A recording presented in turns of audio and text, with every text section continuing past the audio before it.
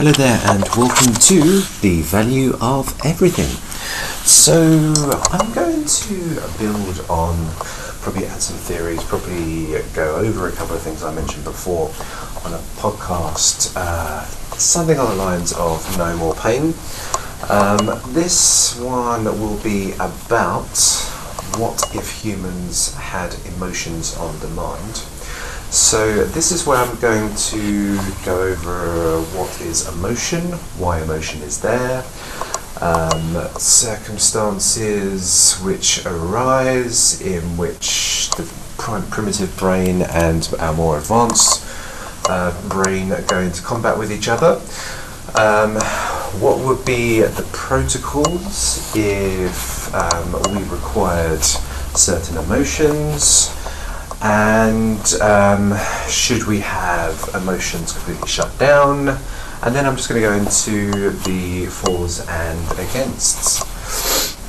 This is all my theory, by the way. It's not really some kind of absolute factual basis, but where we go into the realms of psychology, there is a little bit of ambiguity.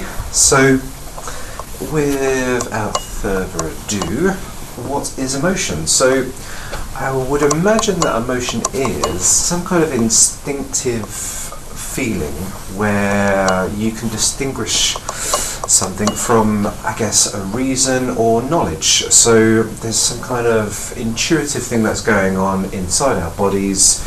I guess there's some kind of chemical soup which is going on, adrenal glands, all these kind of things which are kicking in, and they're spraying things into our brains, and it comes up and manifests itself in us, and there's a combination of these chemicals and our brain and memories, how that gets adapted, and then that creates some kind of result in our minds. Dopamines rise, they fall, there's chemical reactions and imbalances which happen, and that is what is, I guess, the grounding of what emotion is, and it manifests itself into something like anger and happiness and things which we feel in our physical bodies. So why is emotion there? So I would say that it's it's got to be there for mainly survival mechanisms, for protection of oneself, of resources, fight or flight. Also, there's, I guess we would say, the more happy things which happen maybe are to build communities, build upon our survival strategies ourselves. If we can make people laugh and we can have a happy time and we can really converse about things and maybe use the happiness for advanced knowledge and other things like that, that improves on our survival and our well-being. And yeah, if we have a large tribe or a large city, we have got a better chance of survival because there is more diversity, more people specialising in different things, and we have modern civilization, I guess, to a certain degree. Okay, so also one thing to understand with emotion, I would say, and I think this is an interesting part, is that there is, with emotion, your brain's getting hacked by our primitive brain. I think we mostly consider ourselves in conscious thought the majority of the time. However, we have this primitive part of our brain which I think usually gets mentioned to be the hippocampus, the lizard brain, and that kicks in and drives certain like fight or flight examples, and there's certain two situations which arise in this example where the primitive brain is very valid and very wrong. So let's go back to sort of tribal days. If someone has stolen your food, you kill them, and then they no longer steal your food. So therefore, I guess that has really improved your survival now that you've got nobody that steals your food. Now, let's move on a little bit more into the future, and this is where the primitive brain starts to become a little bit more problematic. Somebody is calling out your name, you've misread them as it's something aggressive, then you decide to push them, and it eventually results into their death. So we can say that there is this counterbalance. The neurofrontal cortex is very useful majority of the time, especially in today's age. However, when it comes to the crux, where there's a survival situation on your hands and it's a matter of life and death, then you really want the hippocampus to be overreacting and making you go doolally and violently aggressive to save your ass. So, okay, so there's a battle which goes on between the two sides of the brain. I guess that's probably a bit of a strong word, but there is some kind of balance in there's this. It's interesting to sort of work out how these different sections of the brain work. Are they working in combination with each other? The neofrontal cortex thinks, okay, hold on a minute here, too much to deal with right now, let's just go back down to our primitive brain. Or is it like one just pumps in so many chemicals that the neofrontal cortex just needs to shut down? It's an interesting thing. I haven't quite researched that too much, but it's interesting how those two things are working in unison with each other. But one of those battles that we can always understand is in terms of in the short term, in terms of our diets, we would love to have fatty, high energy foods, and really, if we think about it and we're using our minds and we're thinking about our long-term well-being, we are going to look at there's good fats and there's bad fats, but low fats, low sugars, highly nutritious antioxidant foods which give us this a better, more well-sustained life.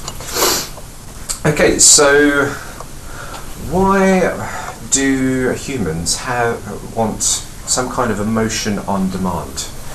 So let's just explore that one. So obviously there is that example there. We love to walk towards our fridge and open it and scoff our faces, but it would be nice to just shut down these little imperfections of humans, and we could class it as imperfections in terms of in today's modern age.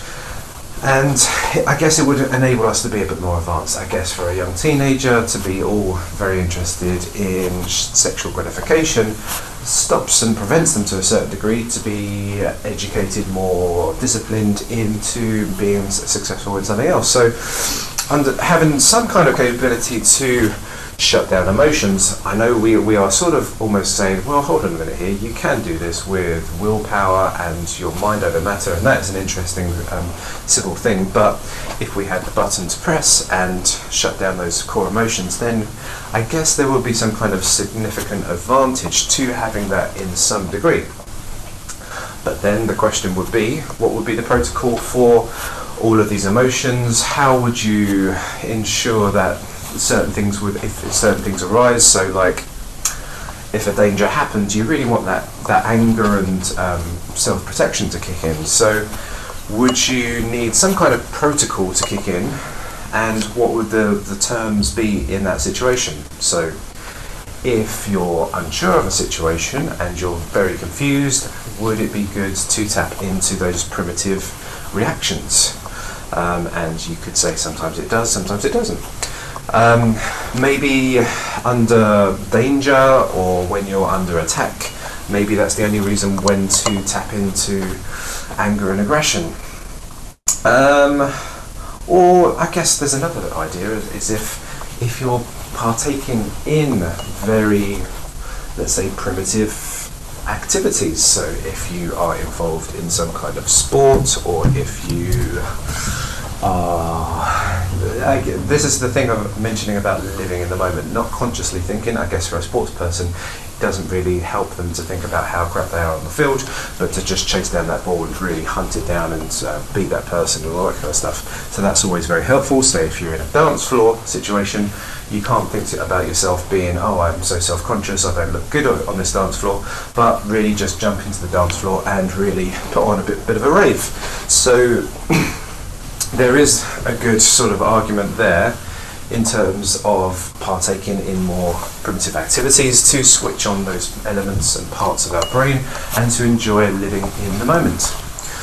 Okay, so next up, should some emotions be completely shut off? So this is, I guess, one of the more extreme ends of this theory. So if we did shut down our emotions to such a degree that we never felt any anger, we never felt any sadness, depression, things like that, would that be a good reason? So I guess depression is an incredibly debilitating thing, and for a lot of people in this world, it would be a good case to switch that emotion off. I know obviously there is a lot of prescription medicine out there in this world which does do that thing in today's age, so it is, I guess, to a certain degree accepted that this statement can be validated in terms of how emotions could be shut off, because we are sort of doing that already in today's age. But I guess there is some certain things of where we say, okay, well, we have these feelings, there must be a particular reason for it. We could potentially discount it as, oh, this is just primitive old brain, and really it hasn't thought things out to be in a consistent state of depression, where it doesn't really help that person. If they're in a consistent state of depression, they've got no ability to work and no ability to really enjoy life. So it is, there is, I guess, a good case to have this like a button to just shut down those emotions. So I'm just going to move on to fors and againsts. So I guess I'm going to start with the against here. So I guess if we do not, and I've mentioned this before in the previous podcast, that if we do not experience hardship and pain, then we sort of take away our ability to sort of experience those emotions and then realise when that's happening to somebody else. So then we lose our empathy, and then once we lose our empathy, then we just become fairly robotic in terms of not really worrying about anybody else, because they don't feel those emotions. I don't feel those emotions, I don't feel any pain, so if somebody undergoes a certain amount of pain, who cares? So it's that kind of theory which is fairly important.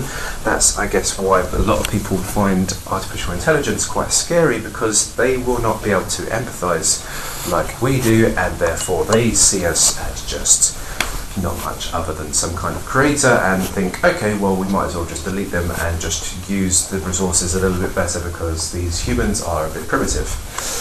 Okay, so there is that important thing to think about, and empathy, obviously there is an incredible amount of studies and theories about empathy, how it has really pushed on a number of factors of creativity, community, happiness, all of those things. How we get on in the business world all derives from empathy itself, and maybe that's another good argument as to why artificial intelligence may require human emotions.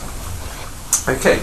And then also think about ourselves as a painter's palette of colours, and those colours are emotions. We really are sort of a different blend of emotions all the time, and all of those emotions shape us and shape our brains and shapes our memories, how we experience things in life, and we do get a number of experiences that we can relay and retell, and that is some kind of depth of character which comes into our life. So just one weird little theory that I've had before is that I've mentioned that I've been in fights and things like that, but when I've been in a fight, I've never been necessarily, I've had rage maybe at the initial stage, but that anger has tapered away, and then I'm in a state of punching somebody and then wondering why I'm doing that in the mid-throw, and that is a very complex sort of thought of emotions of what you're going through in that moment, even though I guess it's probably a combination of the neurofrontal cortex and the hippocampus just like working in combination, but it's in a complex throw of emotions which are going in my body. And if you think of how incredibly complex that is and how that paints ourselves throughout time, it's interesting. We can't really quite categorize ourselves as just purely one emotion, switch that off, that's it. There is a lot of things which happen, and it's incredible to think of how that works with our thought patterns. Just a little thought I just had on just there is that where we see fights on the streets and somebody is being held back by somebody and somebody's got a burning amount of rage, you potentially are seeing those two things. The person who's holding that person down is using the neofrontal cortex, saying, calm down, it's not worth it, just walk away. And then on the other side you've got, I'm going to get him, I'm going to kill him, and things like that. So there is this little interesting thing which is going at play there beyond more than what you can see. And then also, okay, so let's just move on to fours. So I guess the fours would be, you could have a consistent state of bliss. I can press the happy button all the time and it will make life fairly pleasurable. I'll obviously have a little word of caution with that, because we're almost going into the realms of drugs, and if the brain has a very complicated way of which to stop things, if you give it too much dopamine or serotonin, the receptors burn off and it can no longer feel those feelings anymore, so therefore the constant state of bliss will diminish over time. Unless you can work a way of strengthening the receptors, then you could potentially bring yourself back to a consistent state of bliss, but it would be, I guess it's a little bit debilitating here. But it's kind of interesting how, say you are finishing your working week and you've put on your focus emotion, your concentration, your curiosity emotion, and now you're into the weekend and you want to put a nice mild feeling of happiness, keep that curiosity going, and you want to do this, that and the other. So I guess you could say, well, that would be a fairly interesting experience. And then potentially you might want to work on some kind of art form, you want to create a movie, and you want to experience a few emotions. Maybe you want to experience darkness, you want to experience sadness, so you use those emotions and use it to create your art form. I know that there's been a lot of times in my life where I should have felt a lot of emotion and I didn't feel the emotion, so it's interesting how you could switch those on and off to adapt to the environment. I guess if you were creating a multi-sensory movie, so like if you was in a virtual reality first person kind of movie style, if you could tap into emotions to fire in some adrenaline when there is a chase scene, that could really spark off a very interesting, fully immersory surrounding sort of experience, where people, rather than the directors trying to really portray you to feel this way, the actual emotion is kicked into you at that moment. I know a lot of people feel the emotion anyway regardless, but it really, the director is really pulling you from an internal level to feel these emotions.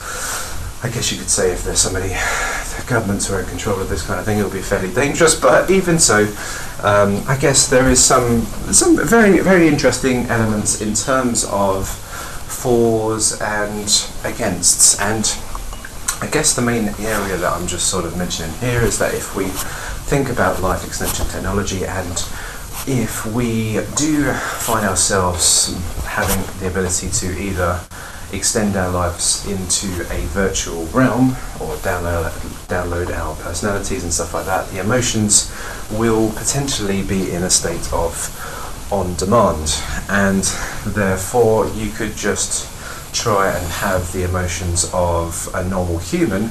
But if you knew that you was going through a fairly bad spell and it was lasting for a long time, you would go, hold on a minute here, let me get my device, I don't want to feel this feeling anymore, let me change it. And I guess that would create a very different society in which I guess there will be a little bit more self-gratification and a little less things done and things like that. So there's some theories on emotion on demand. If you've got any other thoughts, comments, suggestions, please put them below. Also, I've never mentioned this before, but I'll give it a mention anyway. Please subscribe if you enjoy this show. I would like to build the audience base, so either subscribe or share it around. It is something that I really enjoy working on, and yeah, I'd like to create a lot more of these in the future.